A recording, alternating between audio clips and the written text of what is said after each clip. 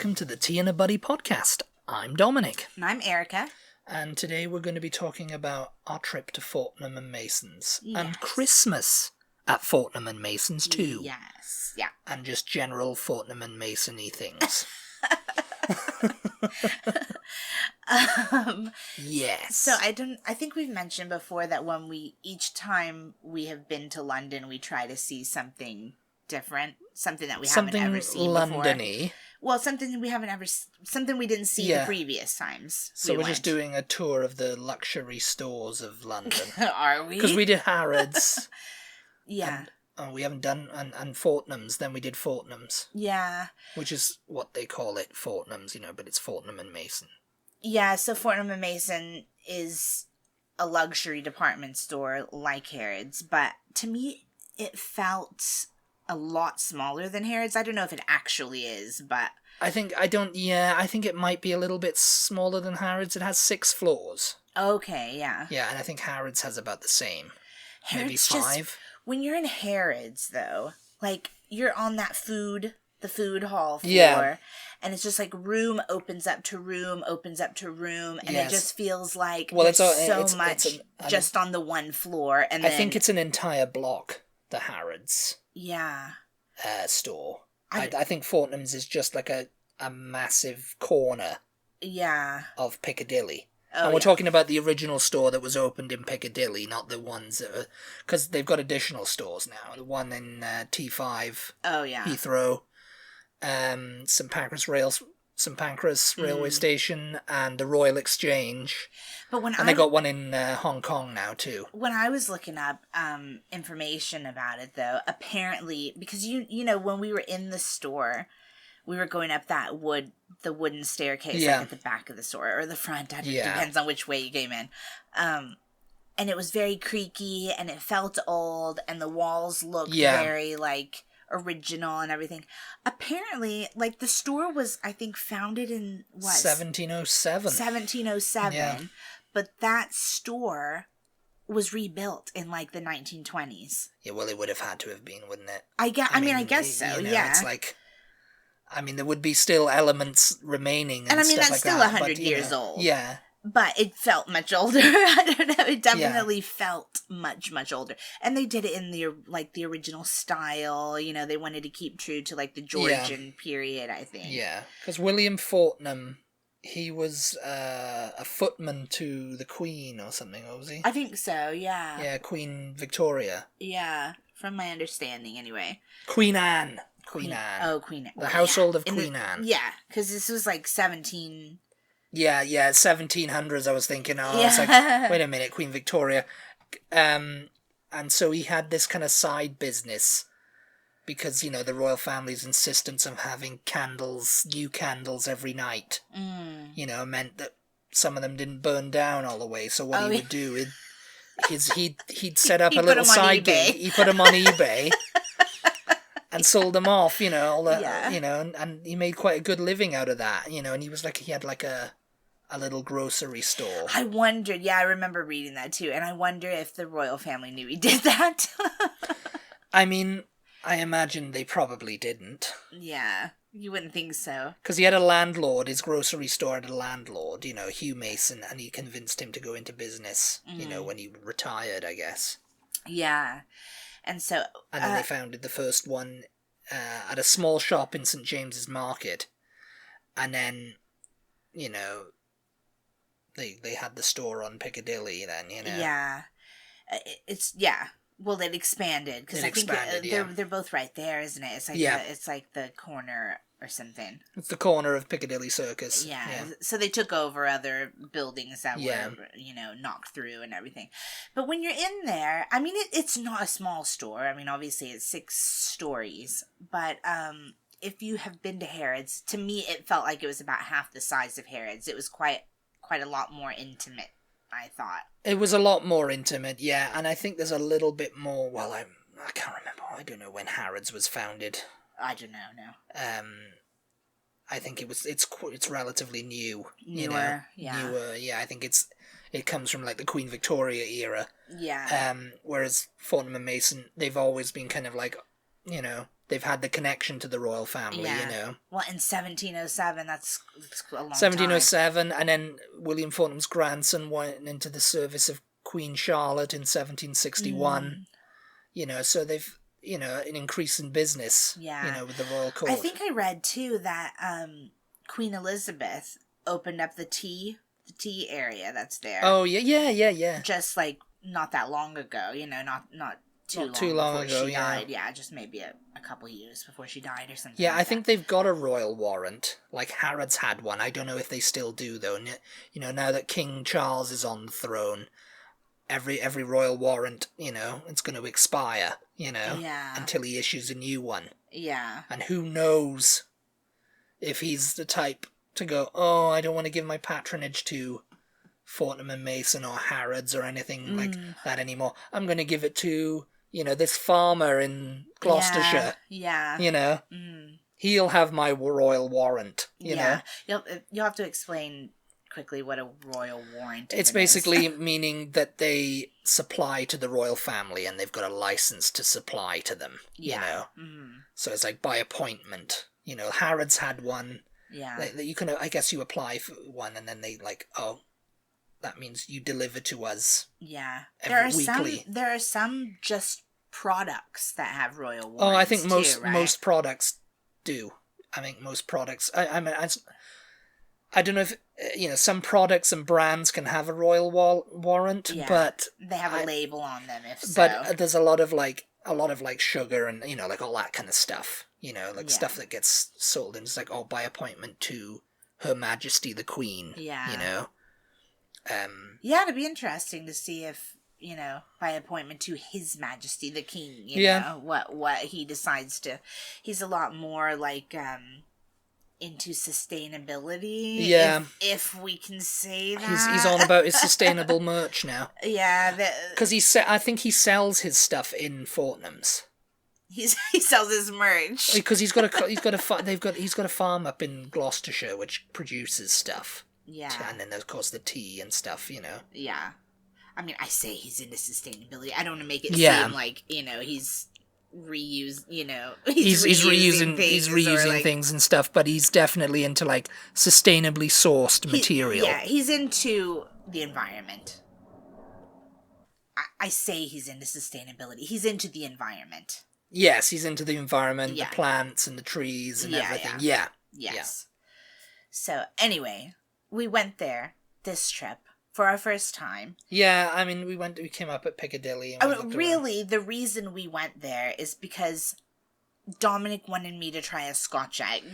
Yes, and Fortnum and Mason's claims to have invented it. The whole time we were in Britain, because I like eggs, I don't know, but he was just like, we need to get you a Scotch egg. He doesn't do eggs, so... No, we need to get you a Scotch egg, because, no, you've talked about it before. You've been like, oh, a Scotch egg, I want to try one. Yeah, I guess And I was like, well, we're around Fortnum and Mason. They claim to have invented it. Yeah. Well, so why not go there? Well, we kept the whole time, like every grocery store we'd go in, he was like, "Oh, do you want a Scotch egg? Do you want a Scotch egg? Do you want a Scotch egg? Do you want a Scotch egg?" I didn't want to just try a random Scotch egg just anywhere because the randomest Scotch egg you can ever imagine. Because you know I had never had one in the first place, so I didn't know what it was gonna be like. So I wanted like one that was gonna be possibly a good one, and so why not try it? But one good one. Oh my God.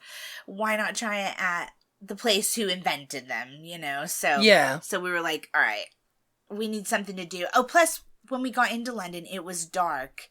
And so you can't, like, sightsee You can't see. Yeah, you can't sightsee outside. You can't see outside things in the dark because you can't see them very well. Well, because they didn't really have the Christmas lights turned on or anything. No. It was the end of October. Yeah. So we were just like, let's find somewhere indoors to go. And we thought, we've never been to Fortnum and Mason, so let's go there. Yeah, and it was good. Yeah. And it was good. The end. It was good. End of podcast. Yes. But yes, I mean, that they claim to have invented it. I don't think there's been any other claim saying, no, it was this place that invented it. Because basically the Scotch egg, if you don't know what it is, it's a soft, it's a hard-boiled egg. Yeah. Hard-boiled, but just hard-boiled. some of them can be really hard-boiled, you know, like the ones you put in salads and stuff where the yolk is, like, very, like, hard. Yeah. And some of them have, like, got the runny yolk. Yeah. And I don't know how they achieve that. They must just kind of, like, just boil it, you know. They must have, like, it's... Yeah. And so they peel the egg, obviously, put it into some... wrap it in sausage meat. Yeah. And then roll it in like a breadcrumbs. It looks like a rissole, if you know what a rissole is. It's basically a Scotch egg without the egg in it. It's just a sausage. I guess so. It's a sausage and sage and onion stuffing and all this kind of stuff, you know. And they deep fry it. And it was like invented because people going on these long carriage journeys. Yeah. Needed something to eat, you know. It was like, a quick and easy snack you could put in your pocket and eat, you know, on the way. Road trip food, yeah, because, you know, service stations didn't exist in those days, and, you know, McDonald's or whatever, you know.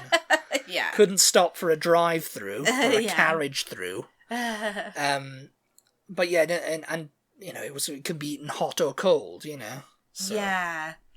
Yeah, so, we just so happened to have entered in Fortnum and Mason's into the food hall. I don't know if we entered in the main entrance, or I don't know which one was the main entrance. Yeah, I think it was the main entrance. The main entrance. Yeah. Yeah. And so so they had all these food like display cases, and if you've seen our videos on TikTok and Instagram, the food looked absolutely beautiful. And we were there pretty kind of close to closing. I think we got there about 7 and they closed at 8. So, it wasn't too busy inside. It was probably kind of the perfect time to go, really. It wasn't super busy, but they still had kind of a lot of food in the cases left for the fact that they were about to close in an hour. With like the chocolate portion of the food hall, I imagine they probably just keep them in there. Oh yeah, because I mean they can survive for a while, you know. But I'm talking about like where there was like where there was like the quiches and the pastries beef, and the meat. There was beef Wellington, as I remember, as well. Yeah. Who's gonna get all that beef Wellington? Yeah. I don't know what. Should have just given it to us. And you found the clearance section, didn't you? Yes. You found the yellow labels. Oh, they were red. It was red labels in there. Red. Oh, fancy now. You see. Yeah, Dominic was making fun of me because I found a table of bagels that were 50% off. I was like, I can find clearance anywhere.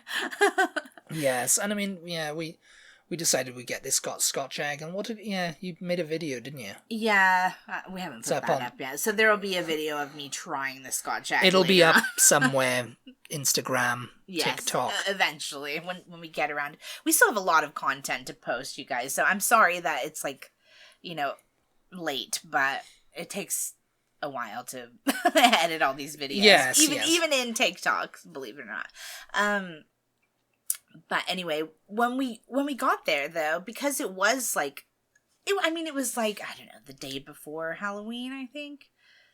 And so we were kind of surprised that the entire front of the store was already decorated for Christmas and lit up. Like, it was beautiful, like all decorated like an advent calendar, and they had their window displays all done.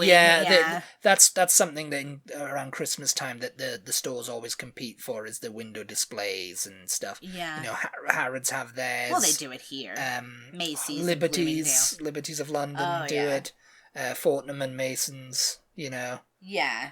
They, you know, it's like, you know, which is the best one. Yeah. John Lewis, obviously. You know, they have their own advert as well. Yeah. Which I think we watched this year, and it was okay. Yeah. They're slipping on theirs. They've had better ones in the past, but you know. But yeah, so they had the outside all decorated. The inside was getting there. I think it looks, judging by people's videos that I've seen lately, it's a lot more hardcore decorated inside now. Yeah. Which obviously, I mean, it's almost Christmas now, but. Yeah, we were there when they had the tweeting birds as the centerpiece. Yeah. And he was like, oh, what's that tweeting? What's going on? We were going up the stairs and it was like, tweet, tweet, tweet, tweet, tweet. I was like, what in the world is tweeting? And he was like, it's the birds. But they were quite high up, so you didn't really notice them at first. Yeah. I mean, yeah. I mean, but now they've got these, like, floating Christmas puddings or something. Yeah. They come down and then they go back up and all this kind of stuff. They look cute, apparently. They did have, we managed to find some Christmas crackers, which were only 55 pounds. Oh, yes, 55 pounds. I mean, when you can pick them up, and I mean, they're not more special than, you know. I mean, they should be. They should be, pounds. But they're not. Yeah. You know. No, because I don't know, I can't remember if I don't think we flipped them around on video, but I'm pretty sure we flipped them around in real life and looked at the back, and the back was like, the back shows what's inside, and it looked like the same as the ones you can get anywhere. It was just all made of metal instead of plastic, I guess. I guess. So. Well, I mean, I think you can get some metal ones even at... Yeah. Yeah. Like, literally, they had a box of 8 Christmas crackers at Asda for 5 pounds. Yes. So, I mean, to spend 50 more pounds, they were beautiful. Don't get me wrong. And apparently... That's what people like, because they'll go with my table set. Yeah. You know. But they make some really pretty ones.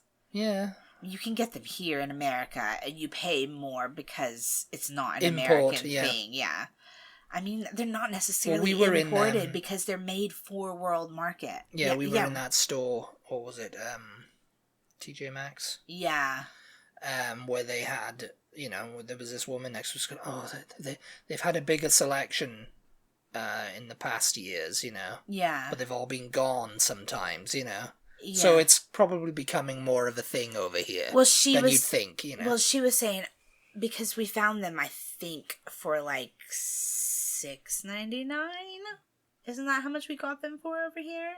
I think it was, yeah. Yeah. Oh, maybe it was the price she was talking about. Or $8.99. Yeah, it was the price she was talking about. She goes, I remember when you could get them for however much, you know. Yeah. I think maybe they were $9.99. I don't know. They were much cheaper at TJ Maxx and World Market. This has become a Christmas crackers podcast. Christmas crackers. But so we started telling her, oh well, we found some for 5 pounds and yeah, in Britain, and yeah. But anyway, back to Fortnum Masons. Yeah, we went to so we did the food hall. We did their food hall, which the whole floor.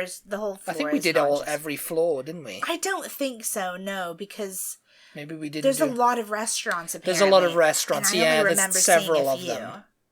Yeah, and I think in 2012, that's when Camilla and the now Princess of Wales, Catherine, Kate Middleton, and the Queen made their first joint visit there. Oh, yeah. And they all received, like, a hamper and stuff, and she opened the tea salon and everything, you know, on the 4th floor. It was the Diamond Jubilee. Yeah, oh, yeah. So, you know.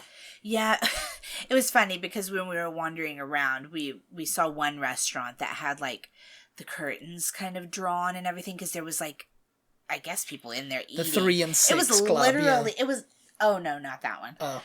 It was literally just, like, a very small room with only room enough for, like, one table that I can remember. And you could just see people's feet. Oh. Do you remember that? I was like, maybe you didn't walk over there with me. It was all drawn like that. It was, like, very light. Oh, they were probably doing curtains. Just, like almost sheer white curtains. Was it on the hamper level? Oh, I can't remember. Because we went up on one floor and there was one section that was devoted entirely to the hampers. Yeah. And you could go there and you could pick out, I want, Basket of Joy, I think is the one they... Yeah, you'll have to, because hampers to us is like a laundry basket. Yeah. When we say hamper, it means laundry basket. So, explain what a hamper is. Well, a food hamper, instead of like a laundry hamper, is, you know... a picnic basket, basically. Yeah. Yeah, but... Or, like, we would call it a gift basket also. You know, because all the luxury stores do them. You know, Harrods do it. And they come in these, like, massive wicker, like, old-timey picnic basket things, you know. Fortnum and Masons are classic because they've got, like, stenciled on there as F&M, their logo. And, you can get stuff like chutneys and jellies and cold meats and Scotch eggs. Bottles of champagne. Whatever you want, basically, in there. Yeah. And they can be shipped around the world. Like, when I was looking on their website now, they were like, oh, do you want a hamper?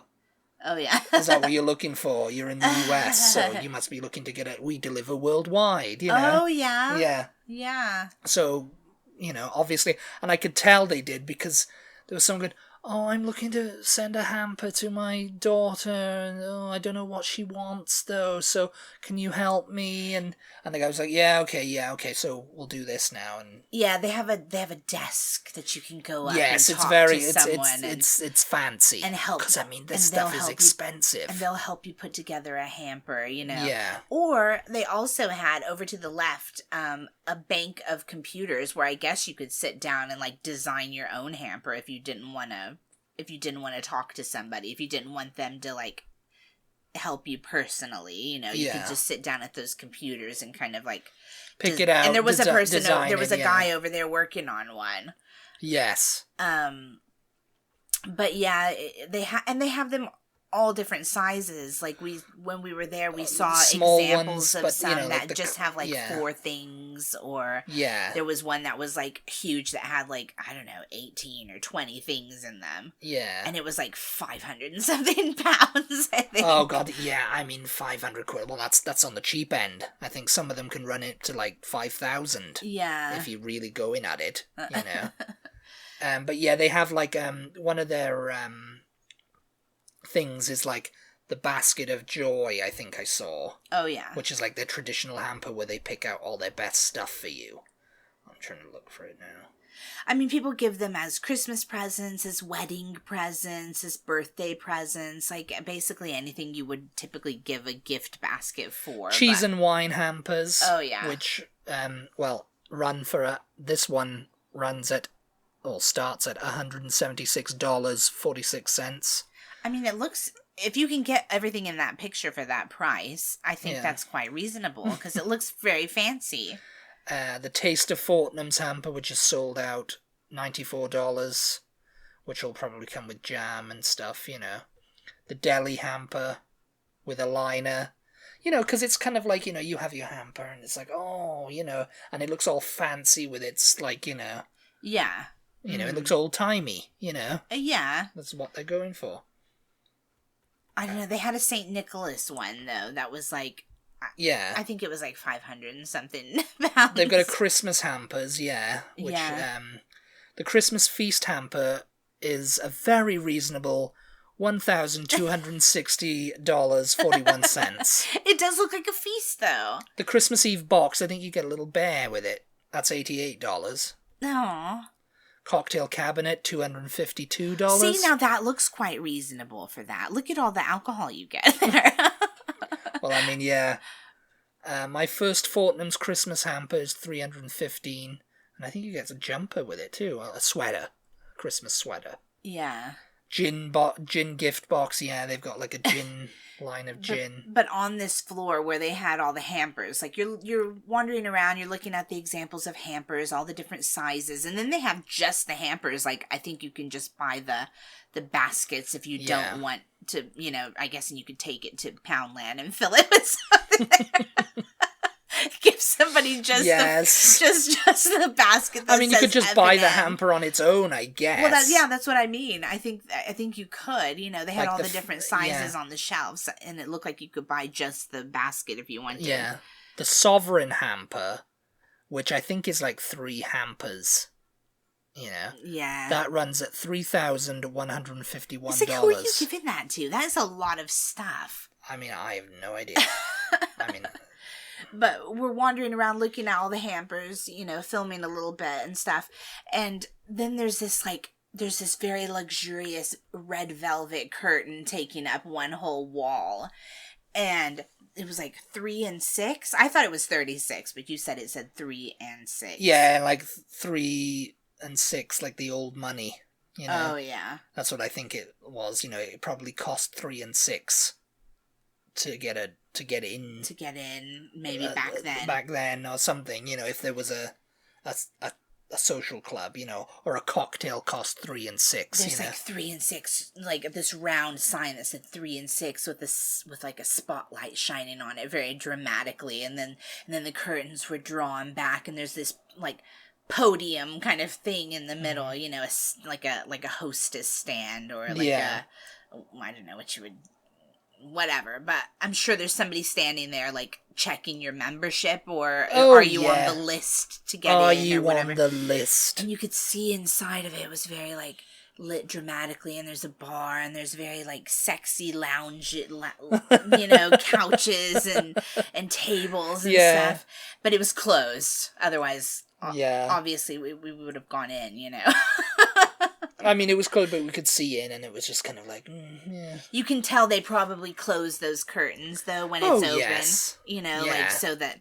And it just made me wonder, seeing it, like, who are the people? Yeah. Like, who goes celebrities? Are celebrities going in there? I mean, who is so, like, rich and fancy that they have to be, at the bar behind the counter? I mean... At the bar behind the velvet curtains in Fortnum and Mason, According to the Fortnum website, it's an intimate and relaxing daytime spot for work, rest, and play. An atmospheric nighttime destination with a speakeasy intimacy. Yeah. And an enviable assortment of extraordinary cocktails. Yeah, it's a cocktail bar. A thrilling space defined by exceptional art and design from some of the world's leading creatives. Join us at the all-new 3 and 6 at Fortnum's on the 3rd floor. I mean, I'm guessing that's where the name comes from, is like 3 shillings and 6pence, or something, Yeah. And you can order food there and stuff. But anyway, that was on one floor. We definitely did not do all the floors. Yeah, do you we have did. The floors here for us to look at so we can see which floors we did? There was one floor that apparently is their Christmas shop. Now, they had a big advent calendar set up there and Christmas trees and stuff. Christmas decorations. Oh, I was like, oh, how cute. What about this little basket, this little Fortnum and Mason hamper ornament, because Dominic and I tend to like to get Christmas ornaments whenever we visit a place that's new for our first time. Yeah. And I can't remember exactly, and I don't think I took a picture or a video or anything, so I may totally just be making this up, but I seem to think it was like 45 pounds for that tiny little ornament. Oh, it probably was, and it was just like, okay, I'm just going to put this back now. Yes. I mean... Never mind. I mean, yes. But the ornaments were very lovely if you wanted to. If it was going to be like, oh, this is a once-in-a-lifetime experience, like I'm never, ever going to come back here and this is a treat to myself, then, you do you, as they say. Yes, yeah, exactly. On that floor, I can't remember what else they had.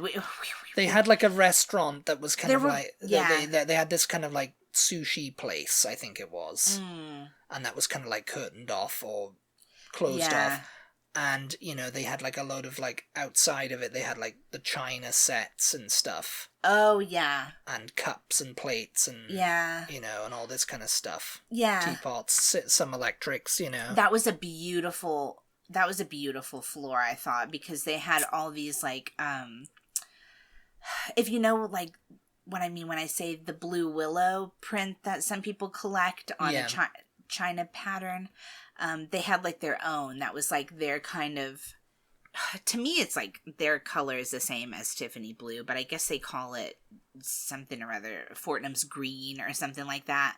And they had that color on a pattern, and so beautiful. Like what I would give to have a set of that. Like, how I don't know if you ever had like your grandma had, the china that's for best. Like, no, we don't. We don't use that. It went in the dresser. That's for a special event. That's for best, and it's like, when is this special event? When has this ever happened in my lifetime? When are we ever bringing, like, who's coming that we're using this for if we're not even going to use it like at Christmas or something, you know?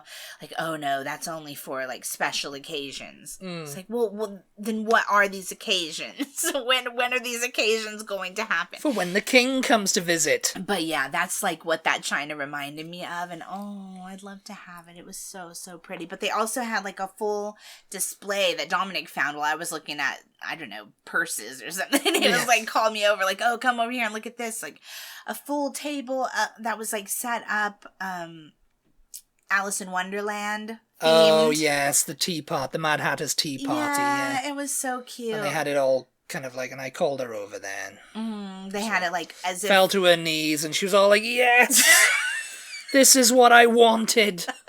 God. It was like all set up like as if the Mad Hatter was throwing a Christmas party basically, and they had drawings of them placed around the place, and the Cheshire Cat in the Christmas tree, and it was so cute, and those were gorgeous dishes too. I would love to have those. Everything is, $1 billion though, so this is kind of like, okay, let's if you've got money to shop there, then you're fine, it's like, Yeah. I don't know if there was a floor for clothes, but we didn't ever see clothes. I didn't see any clothes. There was like a whole perfume kind of like scent section. There was like a section that was like purses and hats and I'm not scarves. sure what's on all of the floors. I can't really seem to find a like a floor by floor section. You know? I mean, we didn't get to look at everything because we did get kicked out. So it was coming close to 8:00, and they were just like, "Do you need any help?" One of them came up to us. Do you need help? We're just looking. No, we're just looking. Well, we're closing at 8. Just to let you know, you need to get out of here. Yeah, and we looked at the clock, and it was 2 minutes until 8. 2 minutes away. Okay, and then because we saw everybody like being ushered towards like the door to go down the staircase or get to the elevator or whatever. And I just thought, God, this is not like they have to go up to each customer and say, oh, okay, we're closing. Okay, if you're not leave now? Prepared to spend obscene amounts of money in here, then you're out of here. Well, it's like they're not gonna put a message on the tannoy thing. The PA. The store will be closing in 5 minutes. It's like the Walmart thing where it's just like just to let you know, we close in 5 minutes. The store will be closing. Make your way to the registers now. Yeah, where the registers? There was one in the food hall. I saw them. Yeah. Yeah. Oh no, there was one. I don't remember seeing any registers. Oh, no, I can't remember. Yeah. Maybe at the hamper section, but again, that was kind of like, oh, you just that's go just to get a hamper there to order it. Yeah. Yeah. I don't know. And if you're looking for something to put in a hamper, like an elephant or something like that, you go to the guy. Elephant. He called. I saw him. He's like, oh no. I said, oh well, we'll have to call in for that. We'll have to call out. Yeah. And find you that, because it was like that at Harrods. Like yes. It's like, oh, you can go to Harrods Menagerie. Back in the day. Yeah. And get any animal you want there. You can buy whatever you want. And someone went and said, okay then. Yeah. I can't remember who it was. I guess it was a president or something. He said, okay, then, get me a camel. Yeah. And they were like, 1 hump or 2, sir. We remember that. If any of you guys have ever seen the videos online of Christian the Lion, he came from Harrods. Yeah. They bought him at Harrods. I think they were kind of like, oh, God, yeah, Yeah, they bought him at Harrods in the 60s and raised him until he was too big for their London apartment. And they were like, okay, yeah, we need to actually release him back into the wild. Yeah. I mean, they did ride around with him. Yeah, Fortnum's never sold animals that I know of, anyway. No, that was just Harrods in their crazy days. Did I tell you, Harrods is a big store. They even have a section for animals. Well, they did. I think they don't anymore because we looked for it, didn't we? So I was like, did they have They have like a pet section. We'll have to go back to Harrods which is like next time we're in Britain. gerbils and stuff. Yeah, we haven't been there in years, but I didn't see any elephants. I only have faint memories of what Harrods is even like. So yeah. Anyway, that's about it. That is about it. Yes, I think we've gone a bit over time here. It's a department store at the end of the day. Just a and bit you would love fancier it. than You'd most. love Fortnum's. Yeah. If you're into all that like English tea party fancy food, fancy friends, fancy dining, that's your store, you know? Yeah. Yes. Yeah. I say it's a department store. It's not a department store like Macy's is a department store. It's much fancier, but it is a department store too. Yeah, it's a department store. Yeah. And there's no dress code. You can go in there wearing whatever if you're like, I was kind of surprised there was no, like, at Harrods there's doormen, you know, that hold the door open for you when you go in and out. And well, they judge you on how you're dressed. And at Fortnum's there was nothing. You know, I had to open the door for myself. I was like, what kind of establishment is this? Did we open the door? Yeah. I thought someone in front of us who was going in the store helped us. No, we opened it. Oh. No, we just opened it ourselves. Because I remember, I said to you, I was like, "Oh, there's no doorman here." Like, I don't know. I don't even know if Harrods has doorman now.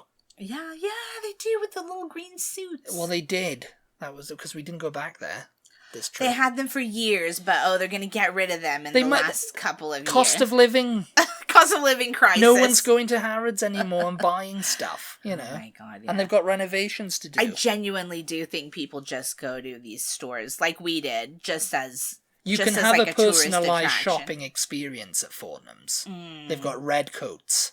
Oh, apparently. Yeah. Someone, you know, you call them or you email, you say, I'd like a personalised shopper to show me around the store and pick out the best things. Wasn't it the guy with the red coat that kicked us out? yeah, it was. Yeah, he was one of them.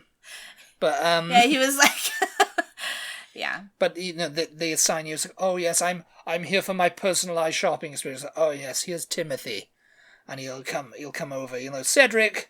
And he'll come over and he'll help you out and he'll say, okay, where would you like to go? We can go around here and we can go around there. And it's the finest chocolate and the finest tea. They probably and the finest gin. They probably take you to the clothes section. Like, because it's probably the higher end clothes that not everybody's allowed to buy, you know?